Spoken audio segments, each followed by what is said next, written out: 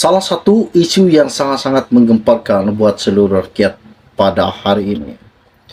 Seperti mana yang telah kita tahu bahwa pada 5 November pada tahun lalu, Zahid yang juga Presiden UMNO telah memberitahu pemberita bahwa dia sedia untuk menyaman Raja Petra.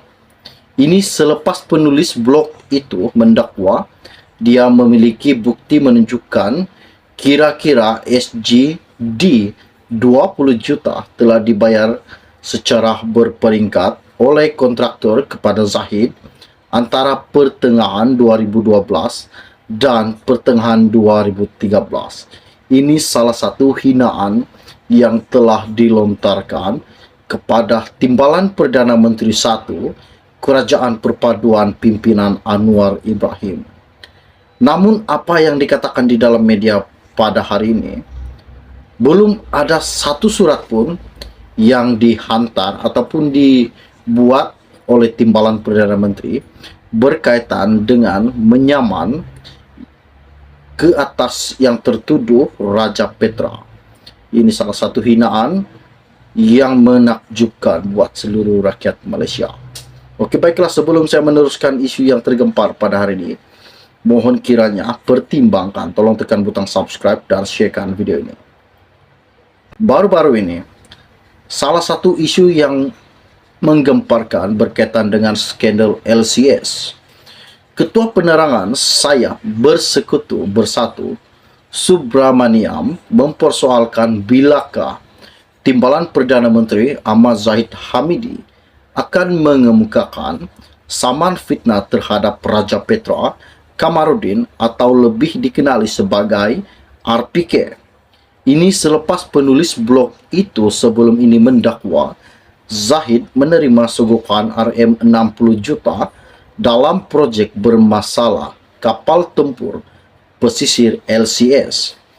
Katanya, pada hari penamaan calon PRU lalu, Zahid berkata dia akan mengemukakan saman fitnah terhadap RPK. Namun sehingga pada hari ini, setahu pengetahuan kami, tidak ada sebarang notis saman diserahkan kepada penulis blog tersebut, iaitu Raja Petra. Jadi, kami nak tahu bilakah Zahid nak saman RPK demi menegakkan kebenaran dan bahawa dakwaan RPK itu tidak benar dan fitnah. Katanya kepada Malaysia Kini baru-baru ini. Pada 5 November tahun lalu, Zahid juga Presiden UMNO memberitahu pemberita bahawa dia sedia menyaman Raja Petra. Ini selepas penulis blog tersebut mendakwa dia memiliki bukti menunjukkan kira-kira SGD 20 juta telah dibayar secara berperingkat oleh kontraktor kepada Zahid Hamidi antara pertengahan 2012 dan pertengahan 2013. Zahid adalah Menteri Pertahanan daripada April 2009 sehingga Mei 2013. Penulis blog itu juga mendakwa sogokan dibayar melalui pengurup wang di Singapura yang memindahkan wang itu kepada pengurup wang di Malaysia. Dia juga mendakwa wang itu telah melalui beberapa lapisan sebelum sampai ke tangan Ahmad Zahid Hamidi.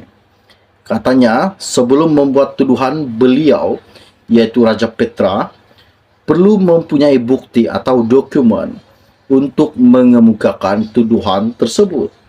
Jika tidak, saya akan mengemukakan saman malu pada beliau dan saya akan meminta peguam-peguam saya untuk mengambil tindakan undang-undang terhadapnya, kata Zahid baru-baru ini. Ketua Pesuruhanjaya SPRM Azam Baki pada 3 November tahun lepas berkata, Suruhanjaya itu akan bertemu Raja Petra sebelum memutuskan apakah perlu memanggil Ahmad Zahid untuk disoal siasat berhubung kontrak LCS. Azam juga berkata, pihaknya perlu meneliti dokumen yang diperolehi terlebih dahulu.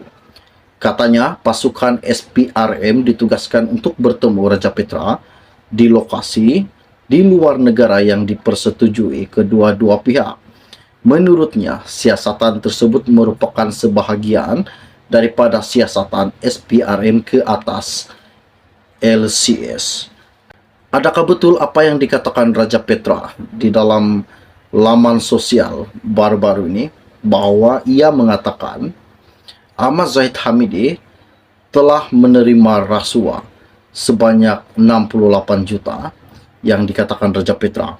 Ini salah satu isu yang mengejutkan, dan apa yang dikatakan Zahid bahwa ia akan mengemukakan satu saman fitnah terhadap Raja Petra.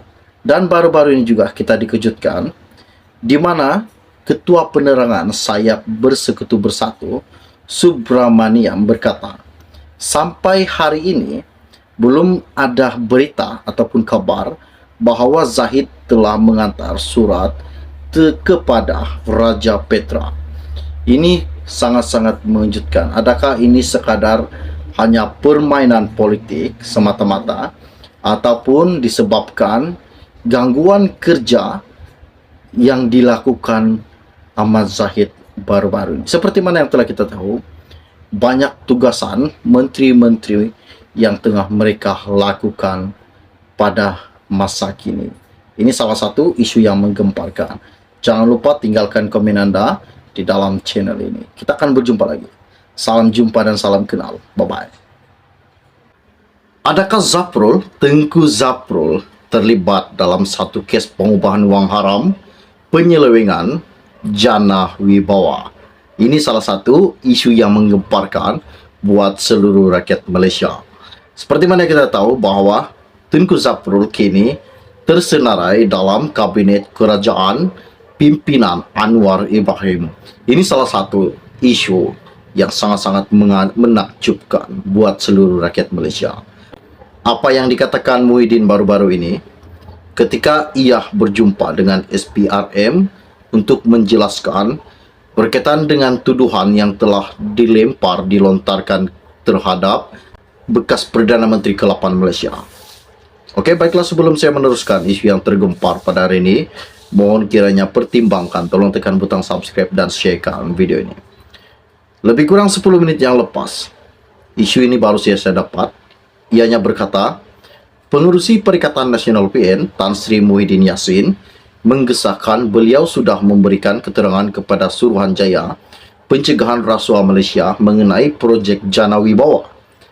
Bekas Perdana Menteri itu berkata, keterangan diberi adalah berkait penganugerahan kepada kontrak dipilih bawah projek berkenaan yang didakwa pihak tertentu bahwa berkemungkinan wujud tata cara perolehan tidak mengikut peraturan yang ditetapkan. Muhyiddin menjelaskan